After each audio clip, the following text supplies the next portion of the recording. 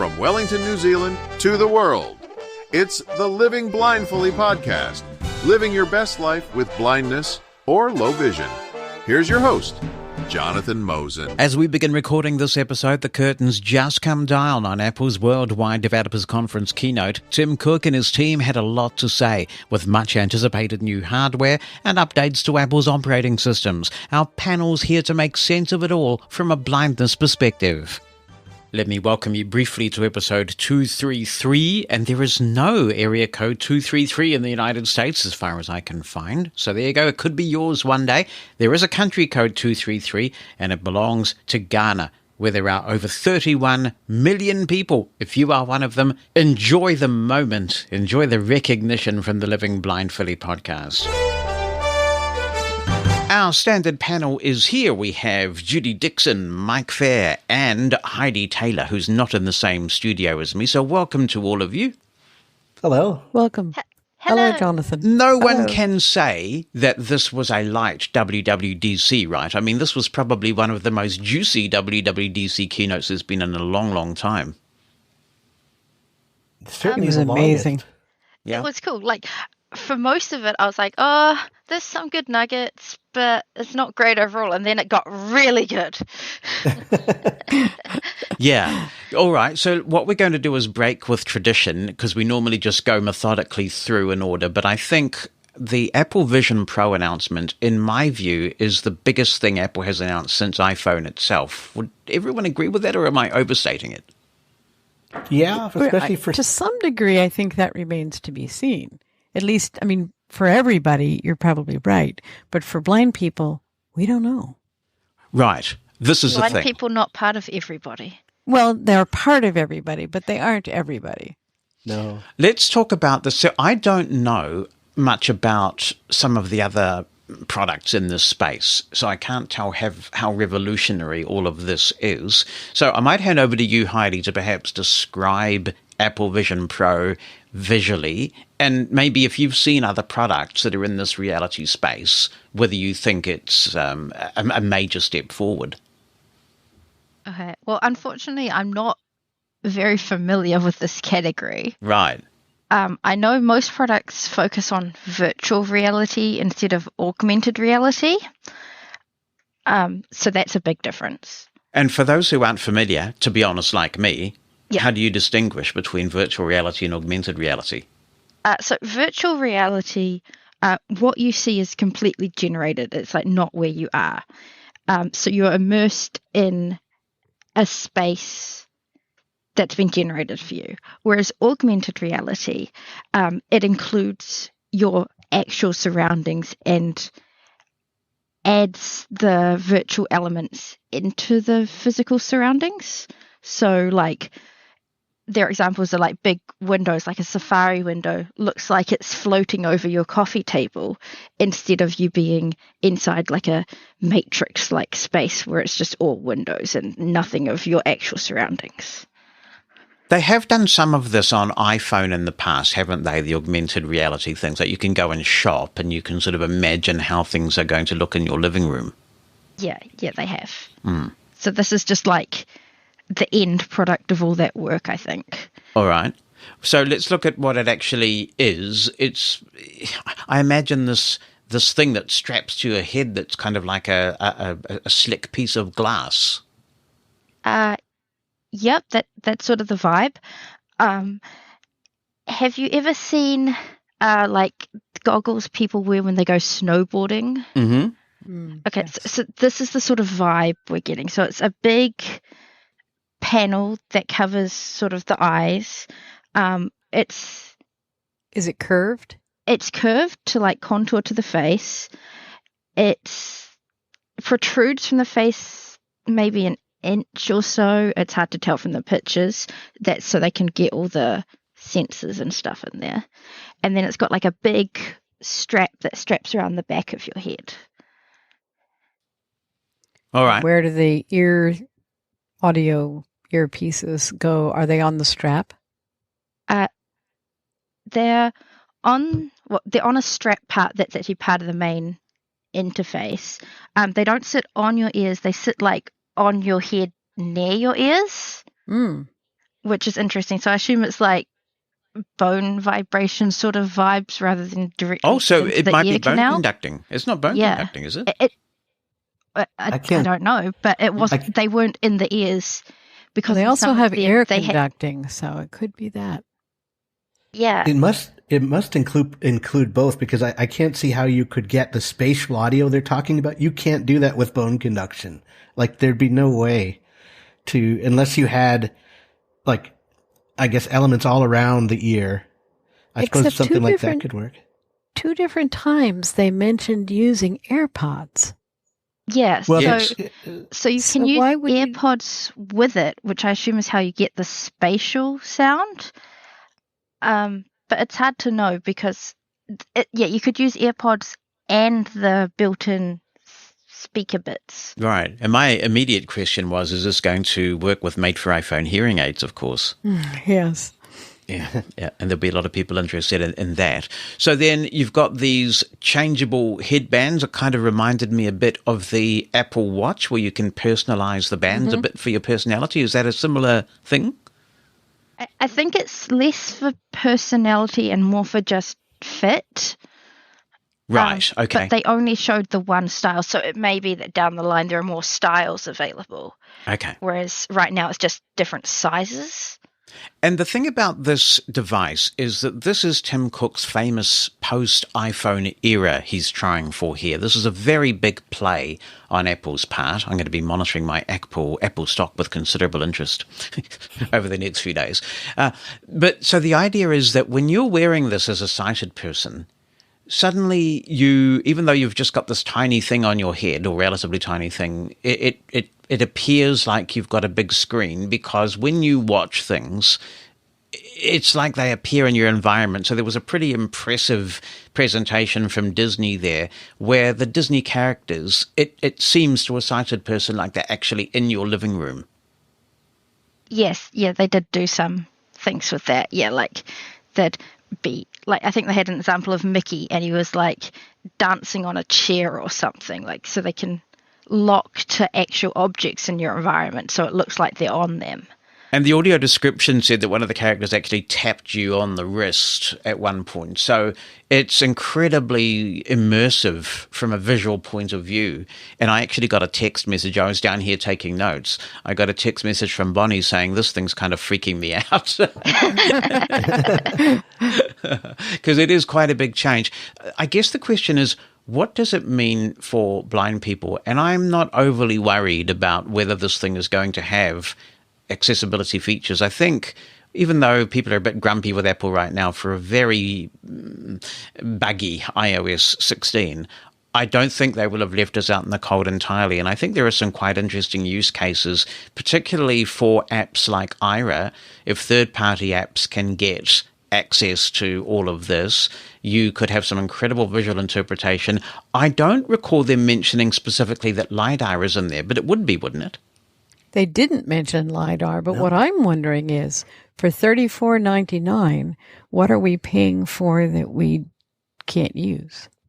It did say that there were like something like 12 sensors. 12 cameras, 5 sensors, and 6 microphones. Yeah. Yeah, so it's one of those sensors would be for distance. You'd need to be able to really accurately measure distance to do some of the image placements and things. Okay, so it does have a LiDAR. It does. Okay. So you see... does it say? Okay, so this is where it gets interesting. Cameras. Because with the LiDAR features announced at Global Accessibility Awareness Day, that release, and the idea that you can walk up to different appliances and say touchscreen appliances, or even buttons on a device you're not familiar with, and have this thing tell you precisely what it's doing. You've got people detection, you've got door detection. If you're walking around with this thing and it's giving you all of that, it could really be a companion when you're hooning around, getting on the bus, doing day-to-day things, trying to find a door in an unfamiliar place.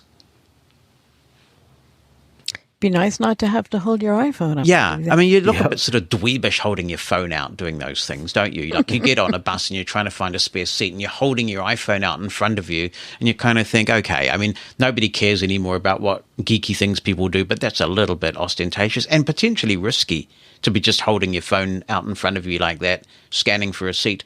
So now it's an enormously high price tag, $3,400 US.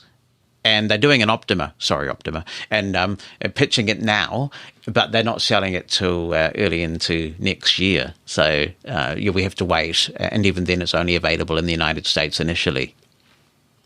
I wonder if we looked at the program for all of WWDC, if there's going to be a session on the accessibility features in it. Yes. And so for those listening to this, we are recording this immediately after the keynote. And so I would encourage people to check the Apple Accessibility website, where if there's more coming on Apple Vision Pro and how it works, what voiceover on this thing is like. Presumably there is voiceover on this thing. That'd be interesting, because one of the things you do to control it is use your eyes, but you can also use your hands. So I imagine that you might just hold your hand out in front of you and use the voiceover gestures that we're all familiar with. Would that be possible? I think so. They showed a lot of gestures that, it's got cameras that point in different directions to see your hands, so facing straight down, so your hands can be in your lap while you're looking forward, for example. And a lot of the gestures they used had the thumb and the pointer finger used. So you'd hold them together and then scroll like that, so moving your hands doesn't accidentally trigger it. But there's not a lot of information yet about that. I mean, it would be amazing if I can perform, say, a 2-finger double tap on Bonnie's knee and mute her. Oh, no, I guess it's a bit beyond that. Yeah. So this is going to be interesting. I mean, look, the possibilities. This excites me, this stuff, because it's been a very long time since we've had a whole new category of device like this, something very, very new. For the last many years, it's been bigger, better, more powerful, faster, all that kind of stuff. But this is something very, very exciting. I can certainly imagine a lot. Like they could do either gestures that, mimic the voiceover taps and just see where your fingers are pointing, or they could go another direction, just have totally more sort of gestures that might be more natural. Now, whether they're natural to sighted versus blind people, that's another thing that they're going to have to think through pretty carefully. And then there's typing, of course. If it can see exactly where your fingers are, you don't need a keyboard. You could just type in the air. That I wonder how well that will work. But yeah, so how was that working visually, Heidi? You can do dictation on this thing, but then is there kind of a virtual keyboard in the air as well? Yeah, so they showed a virtual keyboard. So it just sort of appeared and the guy was typing on it even though it wasn't there. So I assume as long as you could line it up with a gesture or something, so it knew where your fingers were, you should be able to just type on a virtual keyboard. So you'd have to have an understanding of that. Well, could you choose the size of the keys then, potentially? You could potentially determine how big your keyboard is, which may have some advantages. I don't know, but that would be cool. Yeah. They also showed it that you could just use a Bluetooth keyboard with it as well. So. Well, how very sort of 2022. Yes. But just as another thing. Yeah. All right. What else can we say about this? There are many more questions than answers. Can I get your impression of the device that has to go in your pocket? So actually, it reminded me of the Horizon smart glasses. Yes. With a flexible cable. Yeah, where for those who didn't use that, you had a pair of glasses lightweight on your head, but then you had a cable going to a Samsung device that you'd have to put on your person somewhere in a pocket. That wasn't all that flexible. Right. So what's this like, Heidi? Did you get a visual sense of that? Essentially, there's a fun new style port on the side of the device, and then it has the fun cable coming off it, and then it's got a battery bank was what I saw, like the size of an iPhone, and then they just slipped it in their pocket, their back pocket or whatever. Yeah. So it's a bit unwieldy. This has always been a challenge for headsets, that you don't want all that bulk, particularly when it comes to wireless devices. So presumably this thing has Wi-Fi, does it? I mean, it's where's it getting its connectivity from? They didn't mention whether it had Wi-Fi or cellular or anything like that. Not that I heard. Yeah. Oh, back on the speakers. Sorry, I'm just doing research as we talk. Right. It's not a conduction speaker. It's like a Down-facing. speaker that points towards your ear, but it's not in your ear. Right. Well, it's a lot of money, and I will be interested to see who gets this in the blind community to have a play. You up for it, Judy? Yes. Yeah, me too. Yeah. Yeah, If there's anything we can do with it. I want to be on the ground floor with this thing. That sounds very... Although I won't be able to be, of course, because it's only available in the US initially. In the US. And other countries soon thereafter. Yes. Yeah. Well, the first thought I had with this is this would be great for anyone with low vision, you'd think, because there's so much there to customize, and it would keep the text really sharp. Like, you could do so much resizing and customizing that surely that would be a benefit, you'd think. Because you can use corrective lenses as well, and then you can presumably make a bit of the screen as large as you want if the gestures exist to do that. I mean, it could be a huge deal for people with low vision. Yeah. Yeah. So it'll be interesting to see where this all goes. Optic ID is another thing that caught my attention for people with prosthetic eyes or for some reason who don't have eyes that focus too well. This is, I guess, another version of Face ID, except it's much more personal. They say even identical twins have different whatever they're measuring in the eye. So I presume there will be a way to work around that, just like there was a way to turn off attention mode with Face ID. Yeah. I wonder how it would work for people like you, Dad, who have cataracts. Right. And, like, you can't see the iris at all. I wonder if it would still work, sort of thing. Well, I hope it doesn't knock me out, or I'll be sending it back, I tell you. I would think not, but those of us who have completely artificial eyes, it's not going to work either. So they need to, they'll come up with something, because you're right, Jonathan. They certainly managed to do it for Face ID. Yeah. I have confidence that we won't be locked out of this completely. I think what we'll be telling is what will third-party apps do with this? What can we do with all the LiDAR functions, that kind of thing? But I think it has some promise. I guess the jury's going to be out on, is it $3,500 US worth of promise? I mean, gosh, that's going to be like well over $5,000 in New Zealand, probably close to 6,000 New Zealand dollars. That's an awful lot to pay. Yeah. Maybe we can buy it without the display. Yeah, right. This is obviously a new era, and this is version 1, so you are going to have some challenges, I'm sure, with this first device, and they'll keep improving on it. But it's a bold play from Apple, and what was interesting is they have a lot of confidence in this thing, obviously. Clearly, they've got some of the best marketing in the world, and they spend a lot of time thinking about how to sell this. But I found it interesting, the rest of the world is talking about large language models, and they're going AI crazy, and Apple's just doing its own thing. You know, they weren't sucked into that today. Didn't even mention it. No, they didn't. No. Anything else on Vision Pro before we move on?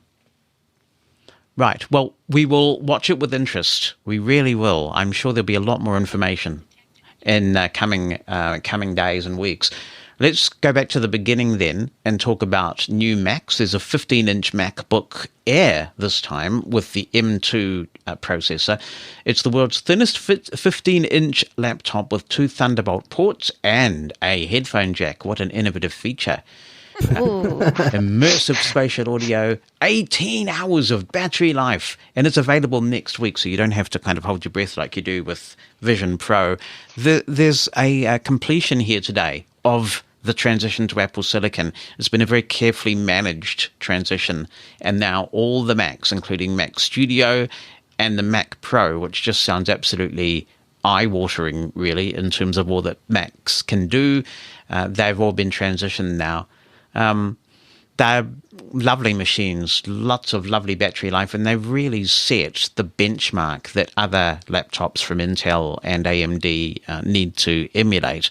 It's just a shame I still feel concerned about the quality of voiceover on Mac. Any thoughts from anybody on the Macs?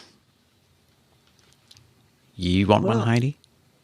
I mean, I've been wanting a Mac since my Mac died, but I can't justify it. Right. So You didn't choose a Mac when it died because of the butterfly keyboard. And I see Apple has now settled a lawsuit over the butterfly keyboard because they agree it was dodgy. yeah, like it was a really bad keyboard at the time, so I couldn't justify getting a new Mac. But now I see all the cool new M2 Macs and stuff, and it's just like, oh, so tempting, but don't have the money. And you're in the ecosystem. That's the thing. I mean, with things like handoff and continuity, all that kind of stuff, it's a very attractive proposition. Apple just makes everything so seamless. Now there is this new app. What do they call it? Phone Link in Windows that lets you pair your iPhone to your PC, and you can do iMessages sort of and get your notifications on your PC. And I really like that when I'm working Have you around tried my it? ThinkPad. Yeah, it's great because I can be working around my ThinkPad, something plugged in to the headphone jack, and I get my notifications spoken by JAWS. Ooh. So Oh, that's exciting. it is, but it's got limitations. It's nowhere near as cool as the handoff feature on the Mac, but it's something. So that's built into Windows now for people who want to check out Phone Link. So that's the Mac. I guess it's typical WWDC, really. Bigger, better, faster. Not too much else to say about that, but we'll come back to Mac OS when we get there. So then we talked about iOS 17, and who knew the iPhone actually can make old phone calls? I'd forgotten that it ever did that. And, wow. Yeah, so now we have some improvements to the phone app. I can't even remember the last time there were improvements to the phone app, apart from banners and notifications. So the first thing is these personal contact posters that you can now make, and it works with CallKit. So not only will people see these, those who can see them, when you've designed a poster for yourself, and you make a call in the phone app, it also works with CallKit. So that means that when you make a WhatsApp call or Signal or something that supports CallKit, people will get this as well. Heidi, I feel like we need to rely on you here to talk about these posters and what you can do and how you design them. So the design process feels very similar to customizing the lock screen. As was introduced in iOS 16. So you choose your photo and you can type out what name you want it to display, whether it's like your full name or a nickname, and you choose the fonts and the background colors and things like that. And then really it's just a pretty picture that people see. Okay. So you can, how would you do that, making it your own in terms of blind person? So you specify, I guess you'll be able to scroll through color palettes, different things like that. Does it have information on it? No, it's just something to look at. Okay. It's not something useful. It's not useful outside of like seeing the name and a picture of the person. Oh.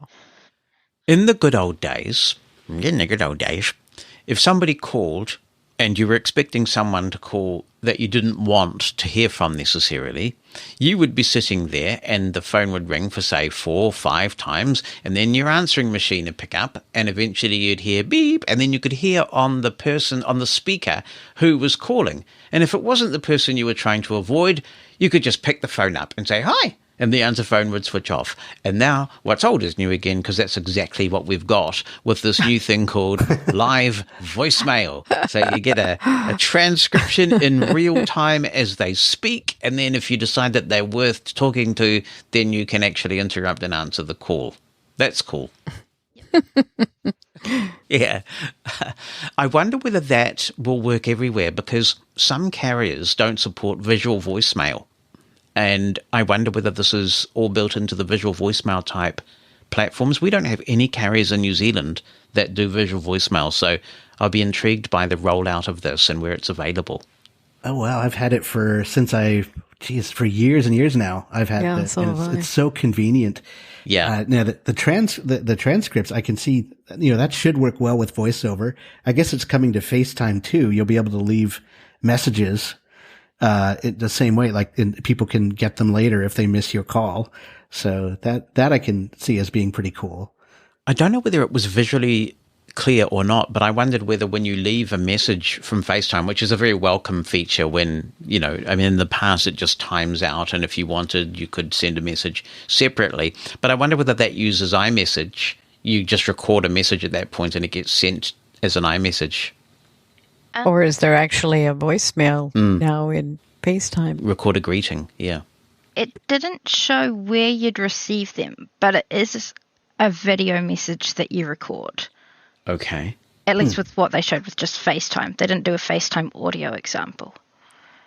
Right.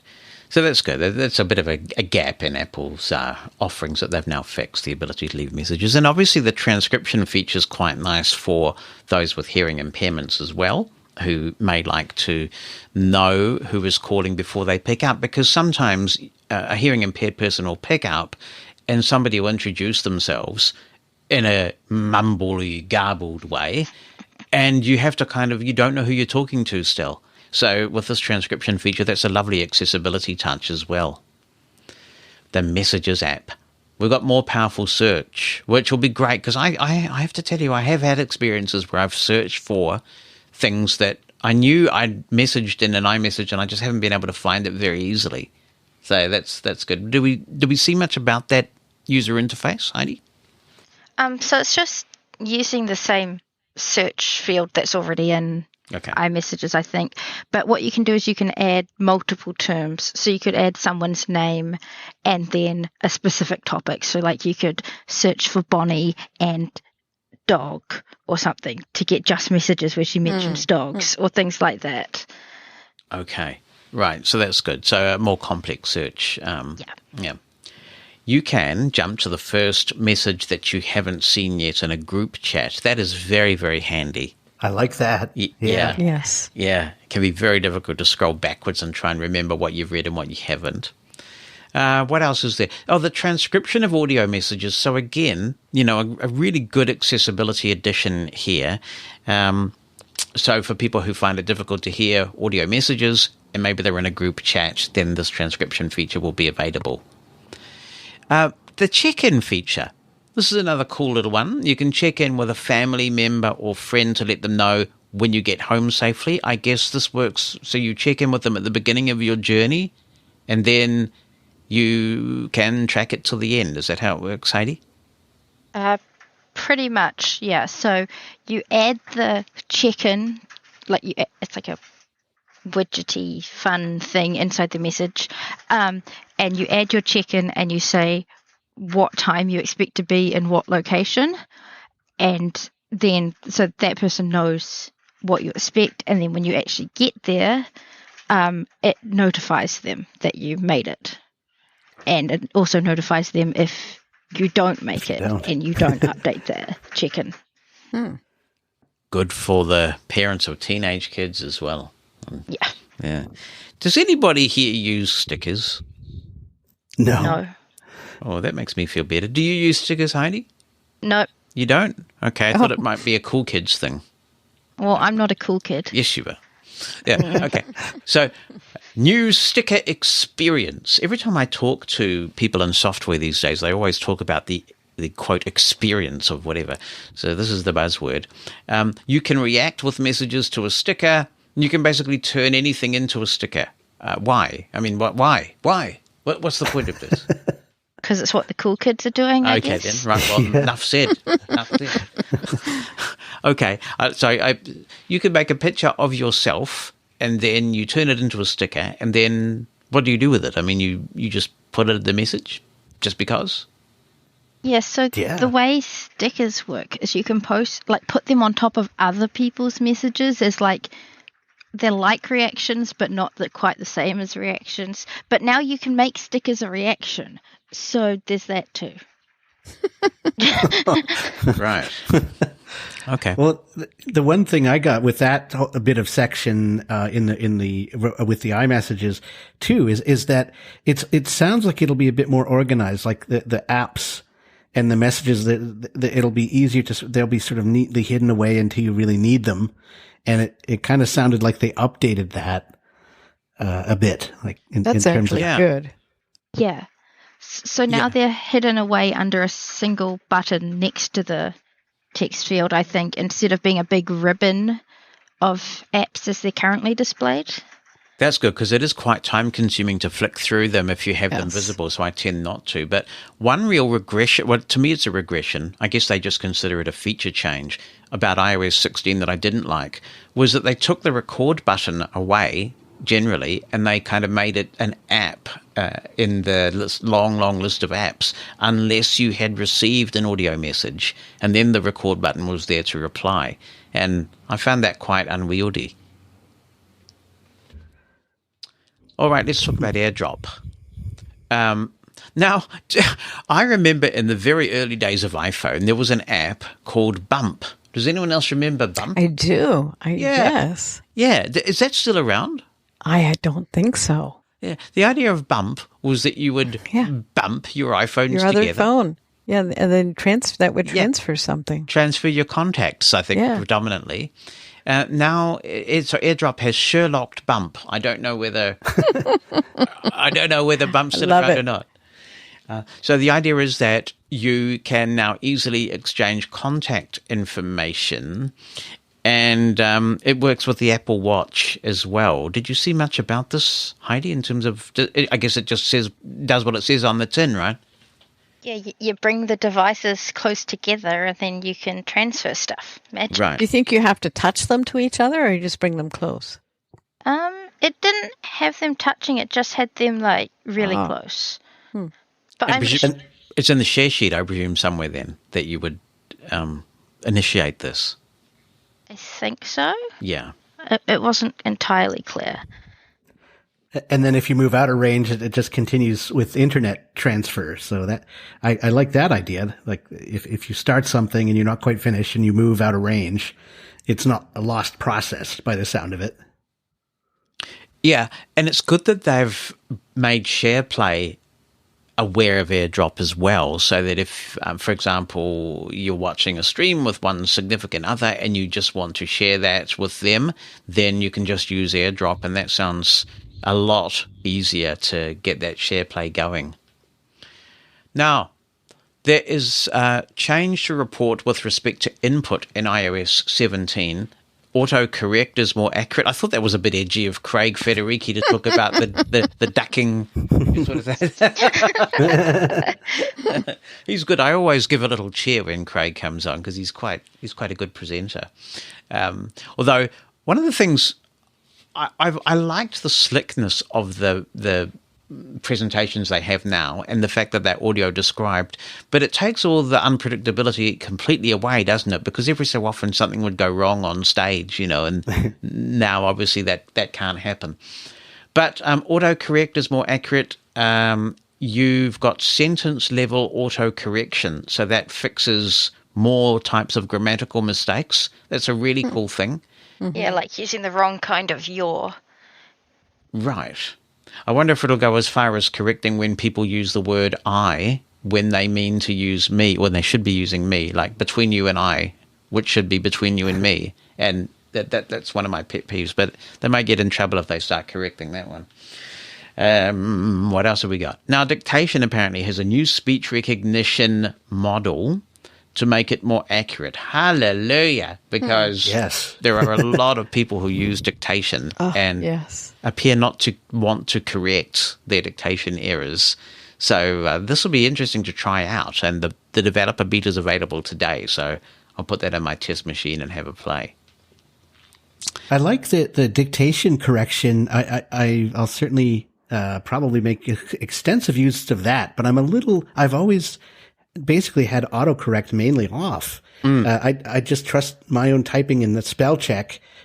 I'd rather do that than autocorrect and have it automagically start, sixing up my syllables and langing my, I also language. keep it off because I don't want it to think it knows more than it might.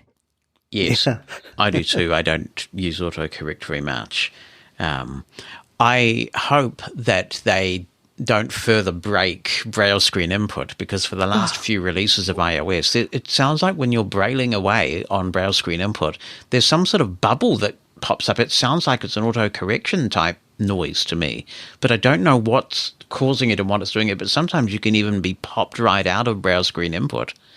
And sometimes it gets its grade of Braille wrong and all sorts of things. So I hope they address that. Well, maybe this new Transformer engine will work on that somehow. Cowabunga, dude. Yeah. Now, you got me into the Day One Journal app, Mike. And I wish I had a button to press, but Day One Journal, you have been Sherlocked. Yes. So, here we go. This is a new journaling app. Now, Mike, are you excited about this? Would you switch from Day One? Absolutely, because this keeps everything on your device, and I trust iCloud enough to trust it with anything I would journal, to keep it safe and secure. So I've good vibes about that. It's built in, so you're not going to have to pay for a subscription, and it sounds like there's all sorts of it ties in. Photos, people, locations, it gets data from your phone, from your activities, and suggests topics. I'll be very interested to see what it makes of me in terms of that, and what it might suggest, for me to write about, prompt wise. So that I think could really help.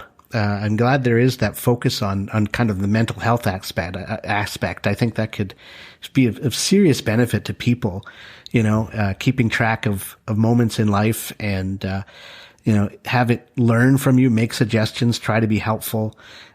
Be very interested to see what Apple incorporates.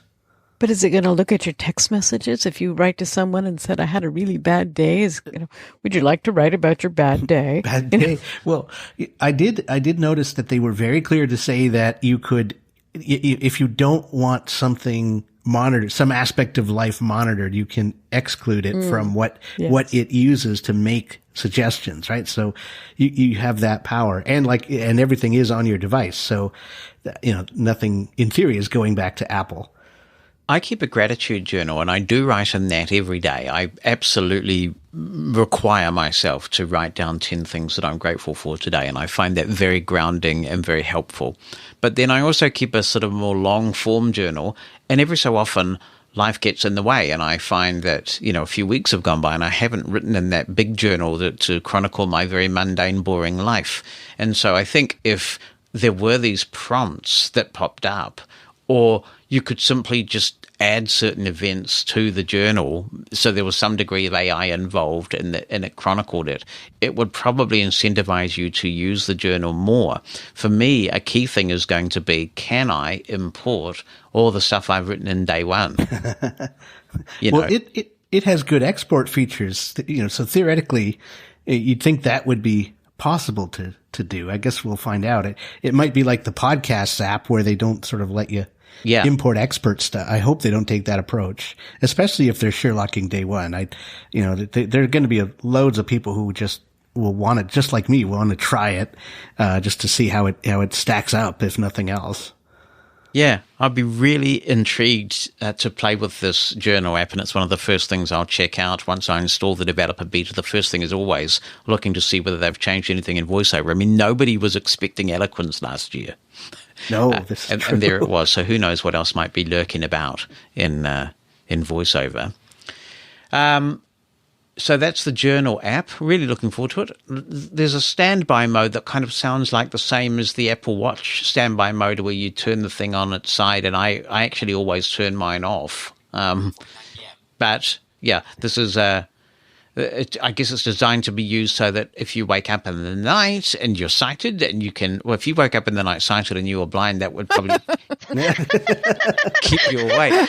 That would wake you up really well. But anyway, if you're permanently sighted and you wake up in the night, you can look at the phone on its side, because you turn it on its side when it's charging.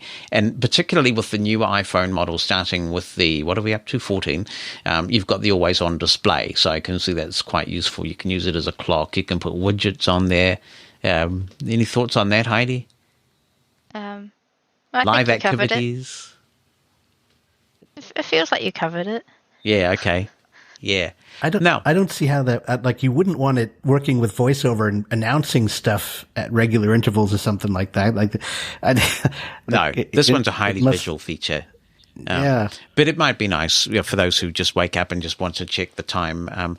I do that with my watch. I sleep with my watch on because it's monitoring my sleep and everything.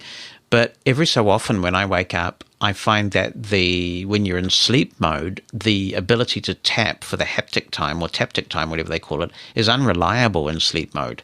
And sometimes it speaks when I want vibrations. The tapping. Yeah, I've found that as well. Yeah. Now, how do we explain this without breaking the world? The HEY bit of the HEY Siri command is being deleted. And from now on, all you have to do to summon your personal assistant is say, Siri, I think this is a terrible idea. This is a bad idea. Yeah. Yep. Because now whenever I'm talking about Siri in my podcast, I'm going to have to give it another name. So I'll find one. I mean, we've got Soup Drinker for the other one. I'll find one for Siri, but I don't know why. Because you could easily say to somebody, you're walking with your cane, right? And you accidentally tap them or bump into them or whatever. You say sorry or something, and it sounds to the phone like Siri. And next thing you know, you've got your phone waffling away at you. What's the point of this? You got to wonder what problem they're trying to solve. Yes. Yeah, precisely. So I don't know. Anyway, iPad OS is coming to the number 17, iPad OS 17, and I have to say it's kind of a catch-up release, isn't it? We've got widgets. Well, iOS has had widgets for a while. The Health app finally comes to the iPad. That seems to be a glaring omission to have left Health off the iPad for so long. Improved editing of PDFs. I don't know what the accessibility implications of that might be. But it looked pretty good. Like, it could automatically detect fields and detect the label of the fields and then autofill the information. So if it said name, it could fill in Jonathan Mosen in the field, like on the line. Yeah. And it said it worked with scanned documents, not like as well as properly accessible generated ones. Okay, that could be huge potentially then for filling in forms. I guess the key will be whether you as a blind person can independently verify that the fields are what they should be. Yeah, that would be the fun part. Yeah. Interesting. That was about it with iPad, wasn't it? It was basically we're catching up on putting things in the iPad that we've had in the phone for a wee while. It's been like that for a while, though. iPad's been like a year behind on a lot of features for a while. You invested in an iPad, didn't you? I did. I love my iPad. Yep. Yeah. I use it all the time. What do you use it for? I don't know. I use it for all sorts of stuff. I play games on it. I watch movies and TV shows. Wow. I've been drawing up floor plans of potential houses I'm looking at. I've filled out PDF documents. I use it for all sorts of things. Okay, so essentially it's taking the place of your Apple Vision Pro headset until you get one. Yeah. Let's go with that. Right. Mike, you're not an iPad fan, are you? You ditched your iPad. I really had no way to really use it productively. My spatial sense is, for some reason, the iPad is just big enough to throw me. I haven't really tried a mini. That would be interesting. It might be small enough, but I'm not willing to spend the money to chance it. Like, the phone kind of does everything I need it to do, and it's about the size of an iPad mini now. Oh, I hope not. Not much difference between a Max and a Mini. Yeah, exactly. How do you feel about yours, Judy? I don't use it very much. Yeah. The only real advantage is having a built-in speaker that's significantly better than the phone. And I sometimes, play podcasts with it and just kind of, put it on the desk or something. But I generally don't use it much. So I will name drop someone. I've been very interested in reading on Mastodon a woman named Winway Fisher, who is blind and uses her iPad extensively in really interesting ways. I mean, she's quite inspired. No, I shouldn't use that word in the context of any blind person. But I do find it interesting that I guess the way that her mind works. She's got that spatial awareness and really prefers knowing exactly where everything's laid out on the screen. And she's making extensive use of iPad for a lot of content creation. And that's interesting. For me, I sold my iPad when Apple decided to take the headphone jack away and moved us on to MFI hearing aids, that kind of thing. Because for me, the handoff between iPhone and iPad for made-for-iPhone hearing aids never worked properly. And it basically, the first device to grab it was the one that kept it. And that made it really difficult to use the iPad. So I no longer have one. All right, let's talk macOS Sonoma. Sonoma. I looked this up on the web. So it's Sonoma, right? Oh, Right. okay. Sonoma. Like Sonoma County. Right. You've been there, Judy? Yes. Oh, Yes. apparently the wine's good there, is it? That's right. And again, some of the things that we've talked about with iOS are in macOS Sonoma and widgets. So one thing that's absolutely clear, Apple's done their research and they're all in on widgets. Widgets are everywhere, and widgets are now coming to the Mac. We'll talk about the watch in a little bit. I guess it will work in a very similar way, Heidi, to the way it works on the iPhone. Yeah, so there were widgets on the Mac, but they were hidden away in like a little sidebar thing. True, yeah, there were. And now they can be on the desktop and they're interactive, so you can like check something off a checklist or things But am like I right that Mac widgets were different? Like Mac actually has had widgets for a while now that you mention it, but they weren't the same as the iOS widgets, and now it seems like they're more like the iOS widgets. Is that right? I think they've slowly been becoming more and more iOS-like. Yeah. Yeah. And now they're very iOS-like. I love the little signals that Apple sends sometimes. And the one that intrigued me that they sent today is that they specifically called out Apollo for Reddit. And that is a very political statement to make right now, because Reddit is under fire for making it virtually impossible for app developers to continue with Reddit, because they're charging a bomb coming next month for access to Reddit's API. And Apollo, which is a much loved app, is under threat. And so for Apple, Apple never does these things by accident. For them to specifically mention Apollo for Reddit today, they will have done that deliberately. So I found that very, very cool, because once the third-party apps disappear from Reddit, blind people are essentially locked out of Reddit because the default properties that Reddit produce are not accessible. So it's an existential threat to the access that blind people have to Reddit. So good on Apple for doing that. What else have we got?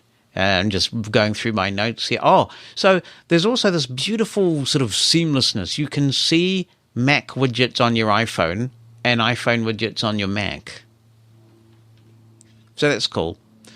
When you share content in a video conference, there's some sort of improved experience that looks highly visual. Did you capture this, Heidi, in terms of what that's all about? I managed to capture some of it. So essentially it's just a new way of displaying the content. So you have, say you're sharing your screen or your presentation, and right now what happens is it takes up the whole screen, and maybe there's like a little picture of you in the video in a box somewhere. And so what Apple's done is tried to make it all lovely and beautiful. So they've got like a little circle of just you that you can move around this, that can be placed anywhere on the screen to not block the presentation, but it's inside the same screen, so the presentation can be full screen. And then the other version they have is where it's almost playing on that sort of AR vibe, where it looks like it's in the room with you. So like you're sitting in front of the presentation and the screen is behind you. Okay. That sounds pretty impressive for those who need that sort of thing. Yeah. Now, I've been waiting to say this all day because I thought of it when I was watching the keynote, and I thought, oh man, that's clever. So in terms of the Safari team, we can honestly say Safari's busy. This This is a complaint that blind Mac users have all the time. You know, you run Safari and it says Safari busy all the time. So anyway, they've been busy with Safari. Private browsing locks the window when you're not using it. That's a great security feature. You can securely share passwords and pass keys with people you're closest with. Have any of you dabbled in pass keys at this point? No. Haven't. Yeah. Nope. Yeah, something I mean to do. You can now set up multiple profiles. That's a really nice feature for those people who use their device for work and for home. So if you switch, for example, to your work profile, your cookies, the extensions that you use, all those sorts of things are specific to that profile. So if you have a work G Suite account, for example, and a home Gmail account, then that's really handy when you can switch from one to the other just by changing profiles. That's great. Web apps on Mac. You can make a website appear in the dock, and you can create a web app for any website that you want. You can also get notifications as well. So unless I'm misunderstanding it, this is a little bit of catch-up, I think. I think Chrome and Edge have had these sorts of things for a while. Is that right, Heidi? I don't know if they do. I don't use them. All right, then. What are you using? What? Well, no, I use Chrome, but I don't use like web Right. apps. Okay. Yeah. And you have been able to save for quite a long time, I think since the beginning of iPhone, to the best of my knowledge, a website to your home screen. That's right. Yeah. You can. Yeah. Not many people know that. There. So let's talk about... It's in the share sheet. Yes. Yeah. And it's really handy because it is very handy. Yeah. I have a folder of websites that I visit regularly and I just put them in there. Yeah. Is that in your book, Mike? I believe I had it in good. there. I'll have to. Yep. Certainly, I can include it in the next edition. Good. I'm sure I'll be dreading starting, but yeah. So here's that word experiences again, but you've got to say it with a California accent. Experiences. Oh, my word. So now we're talking about home and audio experiences. And some very cool things happening to AirPods. You know, when I listened to this thing about AirPods, I thought that's cool. They are so close to making a hearing aid and totally disrupting the hearing aid industry. I wonder if they ever will, because that could be very exciting in terms of price and functionality. So there's a thing called adaptive audio dynamic. Dynamic? Yeah. Yeah. It dynamically blends transparency and active noise cancellation. I wonder, you've got to be careful as a blind person using this, right? Because it sounds like it does some quite aggressive filtering of traffic noise. How does it know what you want to hear and what you don't want to hear? Yeah. I mean, it sounds pretty exciting, but I just don't know that I can trust it. Yeah, well, in the sense that obviously blind people are using their ears for different things. And we want to hear different things. What a sighted person might think is annoying, we might really need to know about. Yes. And this is the challenge for blind hearing aid wearers, of course, that a lot of these programs, like the automatic programs, are optimized for making unpleasant traffic noise go away. But of course, that unpleasant traffic noise is an absolutely essential cue for a blind person. Right. Yep. So, proceed with caution, but that will be interesting. I like the idea of when somebody starts speaking, you have this conversational awareness thing where it will lower the music that you're listening to and also lower background noise and focus on the person speaking in front of you. Now, I like that too. Yeah, that is. But I wonder if you nice. can pick and choose which aspects of this whole thing you want to use and which ones you don't. Yeah. And which AirPod, like I can use, 3rd gen AirPods, along with my hearing aids. It's a tight fit, but I can do it. I can't do that with, AirPod Pros, like the ones that go right into your ear canal. I would have to forego my hearing aids. So either Apple takes a full leap and makes AirPods full hearing aids, or I might be just locked out of some of those features if they're limited to the more advanced, the Pros. And I think this is a pro thing because I don't think there is the noise cancellation on the non-pro ones. Yeah. They're so close. They're tantalizingly close to really doing it. Did it say which AirPods this was for? I don't think they spoke it. They demoed it with AirPods Pro. Right. Yeah. How much do they cost? Like 200 and something. They're Yeah, incredibly 200 popular AirPods, aren't they? I mean, They are. yeah, And they are really nice. right. Yeah. There's improving automatic switching across the ecosystem, so that's nice. Wouldn't it be nice if all of that improvement trickled down to made for iPhone hearing aids? Maybe I can get an iPad back. iPad again. So that's AirPods. Now, on to AirPlay. There's this on-device intelligence thing which memorizes your AirPlay behavior. So if you are cooking dinner and you like to have something going to your HomePod or your Apple TV, your Sonos or whatever, then it will suggest that, I guess. So is this your list of, is it going to give you a notification, or is it just your list of AirPlay devices reorders itself depending on the time of day? The example popped up like a little notification at the top of the screen. Right, like a Siri suggestion. Yeah. Sometimes I get those, inviting me to do some radical I thing. turn them off. Yes. Yeah. AirPlay in hotels. This is nice. I love this. This is great. Yes. But where's this QR? They said all you had to do was scan the QR code. Where's the QR code going to be? Is it on the television? Yeah, I It think so. appears on the screen of the television. Yeah, because you walk into a hotel room when your room's been reset, and normally there's some default thing on the screen that welcomes you and that kind of thing. So the QR code's going to be on that screen. I hope it stays in the same place. Yeah. Well, just step. Yeah, I read this really cool book once called "Get the Picture." And, yes. What I learned from that was if I just step back far enough away from the screen, I'll get a full view of the screen, and it should capture the QR code. And it probably will. I've scanned QR codes from being in the audience in PowerPoint presentations, 20 feet away, and it's been absolutely amazing. It's cool, isn't it? Yeah. I love QR codes. I get such a kick out of scanning them. Yeah, and in fact, that's how you set up this new your phone link app, is that they put a QR code on the screen, and you just snap the QR code, and it sets it all up for you. It does the pairing, it does the whole thing. I thought I had to wait for the newest version of Windows 11. I believe it's been rolled out to all the Windows 11. I don't think it's come to my computer yet. What? How can they do that? How can they do that? It's come to mine. Now, what else can I tell you? Oh, so you can beam stuff to the big screen in your room with this. So a lot of the, entertainment systems in hotels are not accessible. So this is very nice. And you can connect. Sorry, go ahead. Oh, I was going to say, it also automatically connects you to the Wi-Fi. That's right. So that's also very that's handy. Cool. Yeah. I didn't know that. That's neat. Yes, because that can be a bit of a hassle when you're trying to find in the room the little piece of paper that tells you what the passphrase is or something like that. So that's good. Apple Music.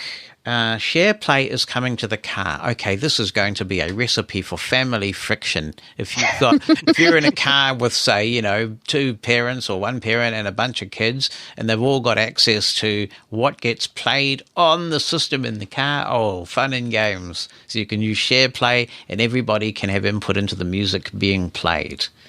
Right. Nicola will want the Taylor Swift. Heidi will want the ABBA, maybe. Yeah. Nicola likes the ABBA too, though. And on Apple TV, there's a redesigned tvOS, it looks like. Did you get much of a visual look at this redesign, Heidi? I don't know how different it is because I haven't looked at an Apple TV in a while. Right. I can do some comparisons, actually, but it'll take me a minute. But it looks pretty. I don't know. What I was intrigued about in this Apple TV section was talking about apps like Zoom are now going to be on the Apple TV. Well, my Apple TV doesn't have a microphone. So right. Either I'm going to have to pair it with headphones, or I use my phone also, which kind of somewhat defeats I think the whole purpose of Zoom being on the Apple TV is so people can watch their Zoom meeting on a big screen. Yes. So no Apple TV has a mic, and the idea is that you will use your phone or your iPad as what they call a continuity camera, and you use the camera of your device and the microphone, and that's how you'll do your conferencing. So there's no advantage for us. No.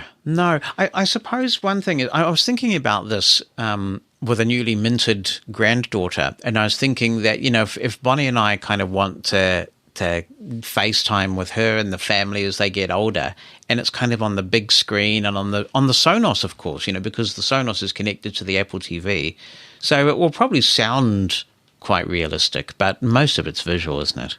I would have thought. Yeah. I mean, because you could just AirPlay to those speakers, to be fair. True. Yeah.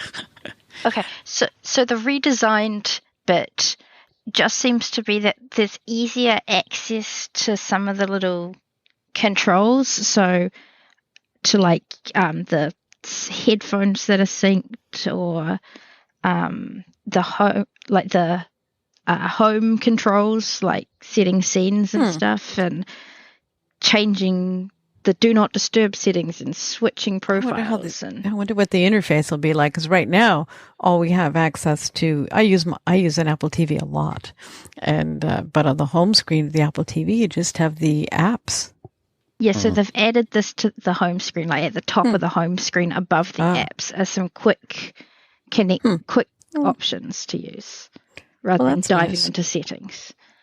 As an avid Apple TV user, Judy, do you think that some of the user experience has kind of regressed a little bit over time? It doesn't seem as intuitive to use as it used to be. And some of the apps, they've gone self-voicing, and it's all gone a bit strange. Some of the apps are self-voicing, and I wish they wouldn't do that. I really just prefer to use the Apple TV voice for everything. But it's still, I really like my Apple TV, and I enjoy it. I have it paired to 2 large HomePods, and it just sounds great. It's just such a little compact thing that does so much. It's amazing. Yes. Well, let's talk watchOS 10. And here we go, widgets. Yay. Widgets are also coming to the Apple Watch. Come to the watch. Yes. Is it very similar to the way that it works on iOS, Heidi? I don't know. So the way they showed it is, you have your watch face, and then you scroll the digital crown, and you get like a whole bunch of little baby widgets that you can then tap on to open up the related apps, or you can just glance at the information on it. What's the difference between this and Apple Watch complications? These are not always showing, like you have to scroll up to see them. Or the dock. The dock's just where you can put a few more apps that you want to get to quickly, which sounds like what all this is, except you use the crown to get there instead of the side button. Or when you use the dock, does it give you information or just tell you what the apps? No, it just tells you the name of the apps. So this one would also give you information, like it says how long's remaining on your timer, for example, or that you have an appointment from 12 to 1 on your calendar, that sort of thing. Right. That's permanently shown as a complication. Yeah, for a voiceover user, the fact that they're small isn't going to be relevant. No. Well, and then there's whether you want the crown navigation on or off. Maybe that's going to be changing a bit. But I can sort of see, turning the crown to get at different bits of information, and presuming you can, rearrange them to your liking and things like that. And I guess with the mindfulness app, it sounds like they're really going into the mood tracking kind of stuff, which apparently is quite helpful for people as well. Yeah, so we'll talk about mindfulness in a sec. Just going through in the order that they covered it, cycling workouts now show up as a live activity on the iPhone, and I realize why that would be a very cool thing visually, because you could just have your iPhone propped up somewhere, particularly on a stationary bike, and glance at it. So that makes sense. One thing that really caught my attention that I thought was super handy, and this is that when you're doing a hiking workout, when you're out and about, a cellular connection waypoint gets set, and that marks the last place that you had cell service. That's brilliant. Yep. And then another one, you can get a waypoint. Emergency waypoint. Yes, where it will show the last time that you could get an emergency call out, presumably through satellite. Mm-hmm. We've now got this here. We've just got the satellite coverage a few weeks ago. I think this was separate to satellite. They were talking about like the way emergency calling works is it lets you use any network, not just the network your SIM connects to. So I think it's the last time it detected any possible network which you can make emergency calls on. That makes sense. Right. Yeah, that makes a lot more sense. Okay. Right. No, that's very handy, yes, because when you dial whatever your code is in your country, normally there's a sort of a law or an understanding that even if you don't have an account with the network that it can find, you can still get an emergency call through. Very well thought through. Now, developers have access to the high-frequency motion data, so we'll be interested in how that works. Let's talk about this mental health stuff. This is great to see because there's still so much unfortunate stigma associated with mental health things. If people break their arm or hurt their leg or do anything like that, people understand, they go to the doctor, they get the appropriate treatment, and yet for mental health, we're still not there, sadly, as much as we should be. So this is good stuff. You can log your emotions and your daily mood from the mindfulness app in iOS 10, watchOS 10. And not only how you're feeling, but what's making you feel that way. And the state of mind logging also is available in the Apple Health app. So if you don't have a watch, you'll still have this in Health as well, presumably now on the iPad as well. You can take standardized assessments that are often used in clinics from the Health app. So, yeah, brilliant. It's good to see mindfulness expanding because the meditation, the breathing stuff has been very good. And this really directs people too. Like it was talking about directing you to articles and further resources if you need more help as well. So this is a nice private bridge that you can sort of approach knowing that your information is safe and kind of explore those options without having to, go to a psychologist or something first, right? You can see, get an idea of what you need and then work from there, which is, I think, a lot more approachable for people than just going to see this other person who is now going to help you with this stuff. Because certain mental health conditions may actually act against talking to anybody at all. And so if you can do that, as you say, in the privacy of your home and investigate these things, it's a really good thing. So well done to Apple for doing this. You can, they've got a couple of features here relating to vision health so that hopefully fewer people will be around to complain about the voiceover bugs. Yes, that's their real take on it. That's the motivation, yeah. Not that I'm cynical. You can measure the amount of time spent in daylight. And, what parent doesn't want their kid to get more sunshine? You can monitor your child's focus on, what am I saying? You can monitor your child's ability to see a device, so how closely they're holding it to the screen. Are you going to buy them an Apple Watch to do this? Yeah. Well, the Apple Watch is for the daylight. The daylight, even if they don't have an iPhone. Right. Yeah. So it's good to see those health categories expanding. I must say, I really feel some sense of security wearing the watch with all the things it's monitoring, and it'll only get better. Of course, the big one that so many people are waiting for is the diabetes stuff. Oh, yes. Yeah. I really look forward to that. It will be a big game changer for many, many blind people. Mm-hmm. And that takes us around essentially to what was covered in WWDC. It was extraordinarily action-packed. I have one more thing for watchOS. One more thing. Yeah, okay. Well, they put up all the fun things at the end and they don't always mention everything. One thing they added but didn't talk about is that you can now take group FaceTime audio calls on the watch. Oh, good. Oh, that is cool. That is a good little nugget. Yeah. Mm-hmm. No mention of pairing made for iPhone hearing aids with the watch yet, and I think that is a very regrettable oversight because for many people with hearing impairments who use VoiceOver, even on the Ultra, which, even though I said I wouldn't get one, I got, the speaker's still, it's tinny, and in loud, noisy environments it can be difficult. So it is unfortunate that Apple is dragging the chain. I don't think there's a technical reason for it because surely the watch is powerful enough to pair with made for iPhone hearing aids. I bought one and gave it to my husband. Oh, you bought one? So hang on. So you bought one and then you used it. Is that right? I bought one and I hated it. I gave it to Doug. Oh, so it wasn't some sort of altruistic thing. You didn't buy it for that. No, I hated it. I didn't buy it for him. I bought it for me. Right. Why did you hate it? It's just huge. It is. I mean, it was. I felt like I was wearing an iPhone on my wrist. I mean, it was just it was way too big and way too heavy. Yeah, I did not. But the battery life's phenomenal. Oh, but my battery life is just fine. I still have a 6. I haven't bought an Apple Watch in 3 years. I mean, but I can go on a trip for the weekend and not even take a charger with me. Yeah, I can do that. 5, 6. Shall we do a round robin and just summarize what is a very busy WWDC? And I might just start this off by saying it's so easy to get sucked into the vortex, and there are such capable, talented people at Apple doing really innovative things that actually improve people's lives.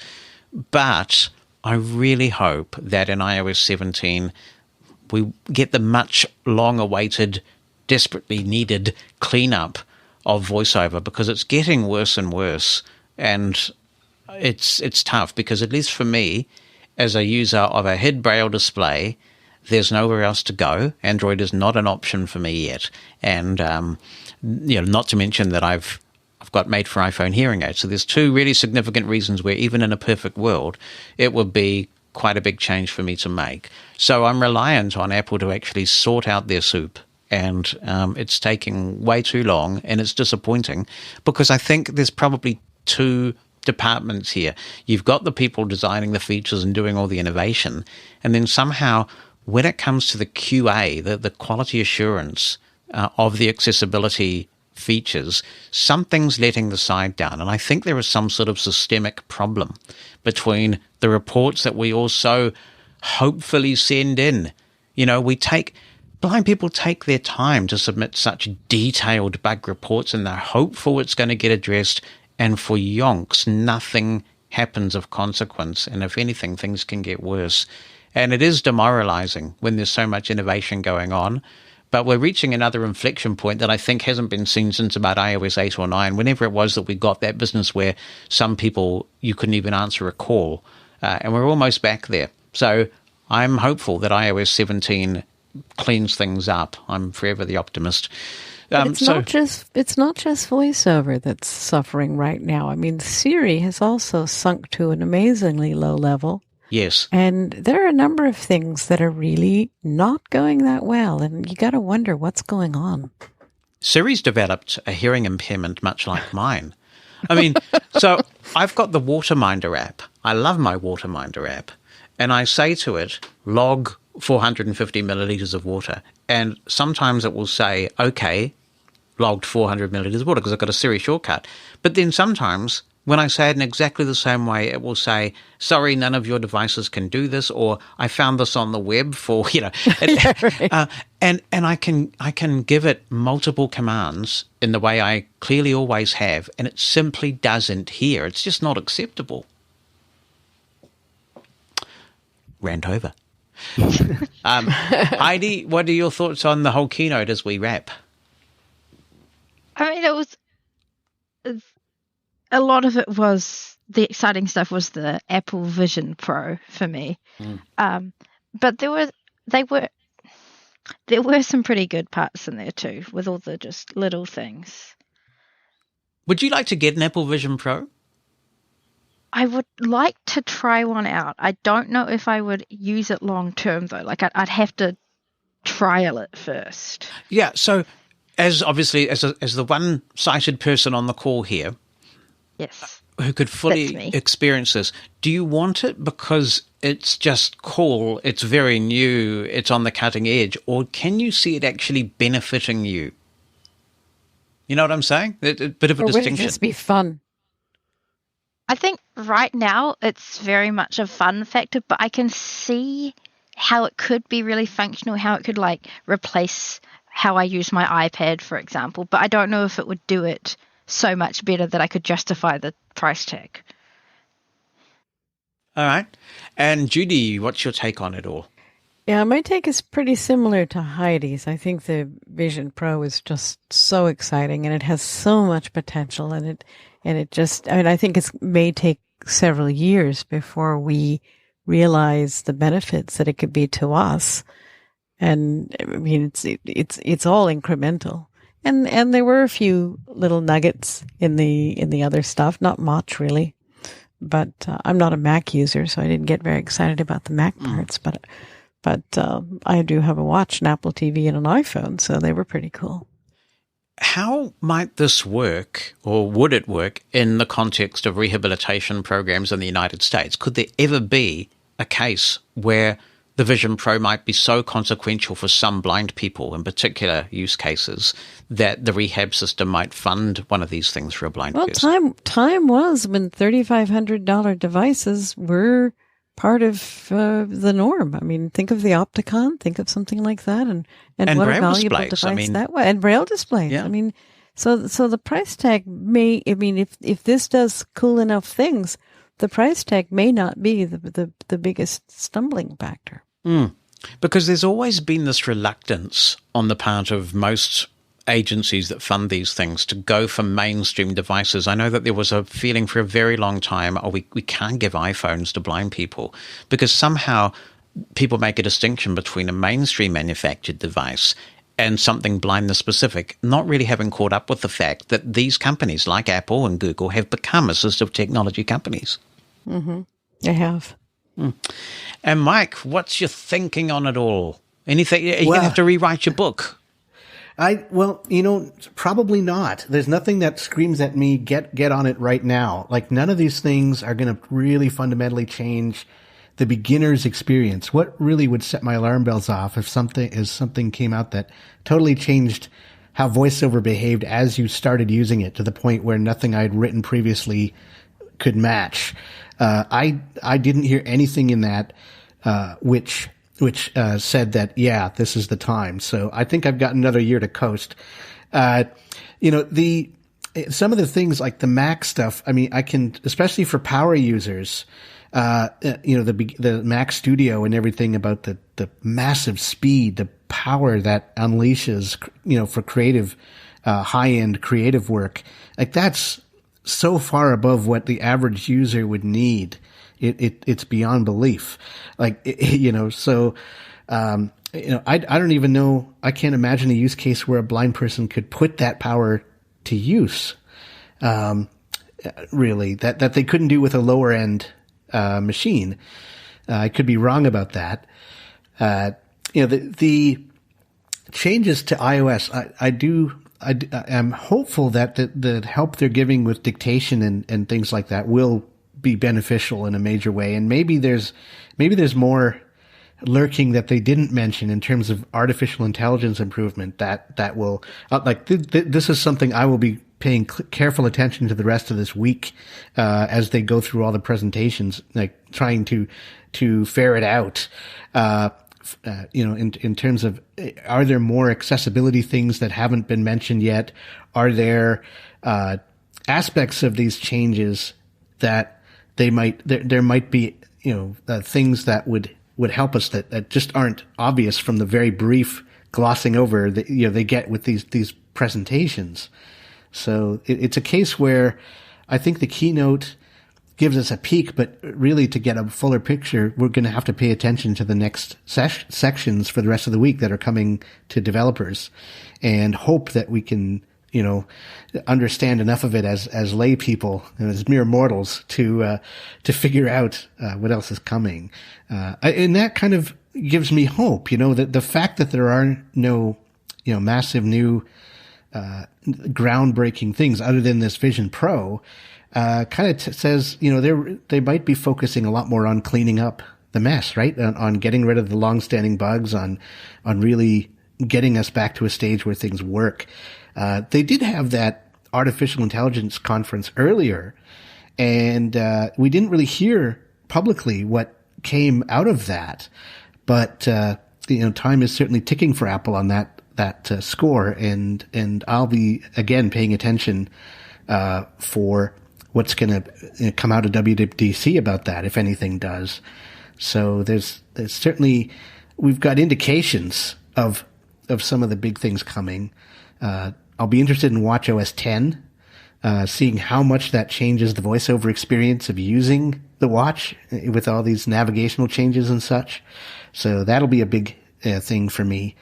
But iOS is looking pretty stable in terms of nothing earth-shattering going to pop out at us in the fall.